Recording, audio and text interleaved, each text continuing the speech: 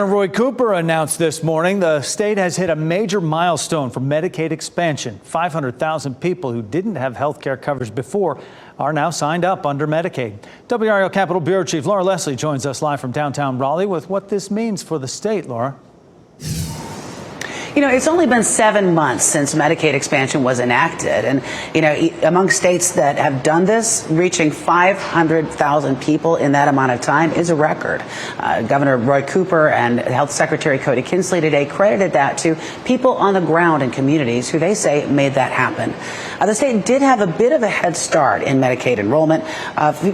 During COVID, more people were made eligible at the federal level for Medicaid. So some of those who became eligible under expansion were already known to the system. Still, Kinsley said they've still far outpaced their expectations for enrollments, averaging about 1,000 people a day.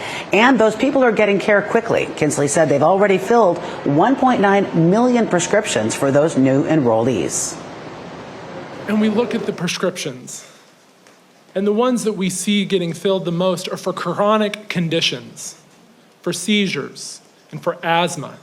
Things that we knew people were going without long before Medicaid expansion passed, and we know that they needed this relief immediately. Now, the new enrollees are people who don't make enough money to qualify for help with Obamacare, but who made too much money to be eligible for Medicaid before expansion. Most of those people were either using the emergency room for care or not getting care at all. There are an estimated 600,000 people total who would fit under Medicaid expansion in North Carolina. Kinsley is hoping to reach and enroll the rest of them in the next 17 months. Laura Leslie, WRAL News, live in Raleigh.